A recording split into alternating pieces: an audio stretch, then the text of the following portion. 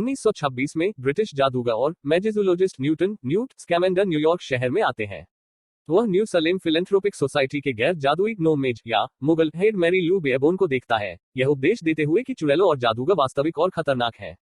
जादुई प्राणियों के अपने सूटकेस से भाग निकले एक निफलर को फिर से पकड़ने का प्रयास करते हुए न्यूट नो मेज जेकब कोवाल्स्की, एक महत्वाकांक्षी बेकर से मिलता है और वे अनजाने में सूटकेस स्वैप करते हैं।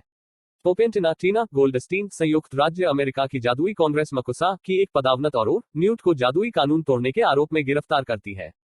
चूंकि उसके कब्जे में सूटकेस में केवल जेकब के पके हुए सामान है, न्यूट को छोड़ दिया गया है। घर पर जेकब न्यूट का सूटकेस खोलता है, अनजाने में कई जीवों को शहर में मुक्त कर देता है। टीना और न्यूट को जेकब और सूटकेस मिलने के बाद टीना उन्हें अपने अपार्टमेंट में ले जाती है और उन्हें अपनी लेगलिमेंस बहन क्वीनी से मिलवाती है। जेकब और क्वीनी परस्पर आकर्षित होते हैं, हालांकि अमेरिकी जादूगरों को नो मैच के साथ किसी भी तरह का संपर्क रखने की मनाही है।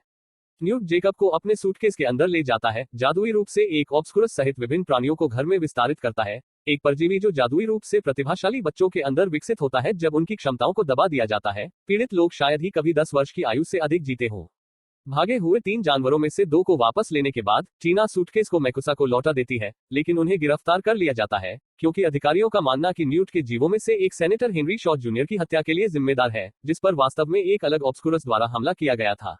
जादुई सुरक्षा के निदेशक पर्सिवल ग्रेव्स न्यूट पर कुख्यात अंधेरे जादूगर गेलेट ग्रिंडेलवाल्ड के साथ साजिश करने का आरोप लगाते हैं और न्यूट के सूटकेस को नष्ट करने और जेकब की हाल की यादों को मिटाने का फैसला करते हैं।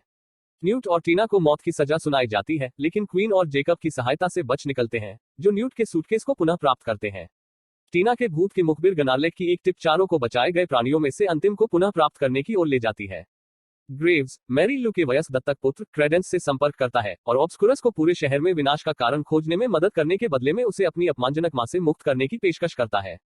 क्रेडेंस को अपनी दत्तक बहन मोडेस्टी के बिस्तर के नीचे एक छड़ी मिलती है, जिसे मैरी लू मानती है कि वह उसकी है। जब क्रेडेंस को सजा दी जाने वाली होती है, तो ऑब्सकुरस मैरी लू और उसकी सबसे बड़ी बेटी शुद्धता को मार देता है। ग्रेव्स यह मानते हुए कि विनय ऑब्सकुरस का मेजबान है, क्रेडेंस को स्क्विब के रूप में खारिज कर देता है और उसे जादू सिखाने से मना कर देता है, जैसा उसने वादा किया था। क्रेडेंस से पता चलता है कि वह असली मेजबान है, अपने जादू की तीव्रता के कारण बच गया है और दिन के उजाले में शहर पर हमला करता है। न्यूट ने क्रेडेंस को एक मेट्रो सुरंग में छिपा हुआ पाया, लेकिन ग्रेव्स ने उस पर हमला कर दिया। टीना, जिसने मैरी लू से क्रेडेंस की रक्षा करने की कोशिश की थी, लड़के को शांत करने का प्रयास करती है, जबकि ग्रेव्स क्रेडेंस को उसकी बात सुनने के लिए मनाने की कोशिश करता है। जैसे ही क्रेडेंस मानव रूप में लौटता है, मैकुसा की अध्यक्ष सेराफिना पिक्वेरी और ओरोज ने पलटवार करते हुए ऑब्सकुरस को चकनाचूर कर दिया। हालांकि न्यूट के अलावा किसी और ने नहीं देखा, प्राणी की एक भी इच्छा दृश्य से भाग जाती है। ग्रेव्स मानते हैं कि उन्होंने जादुई समुदाय को नो मैच के सामने लाने और घटना के लिए न्यूट को फ्रेम करने के लिए ऑब्सकुरस को मुक्त करने की योजना बनाई थी। उनका दावा है कि मैकुसा के कानून जादुई समुदाय की कीमत पर खुले तौर पर नो मैच की रक्षा करते हैं और उन्हें अब छिपकर रहने की परवाह नहीं है। पिक्वेरी ओरोरो को कब्रों को पकड़ने का आदेश देता है, लेकिन वह उन्हें हरा देता है। न्यूट ने अपने एक जानवर की मदद से उसे पकड़ लिया और खुलासा किया कि ग्रेव्स ग्रिंडेलवाल्ड भेस में है, यह नहीं जानते कि असली कब्र अभी भी जीवित है या नहीं।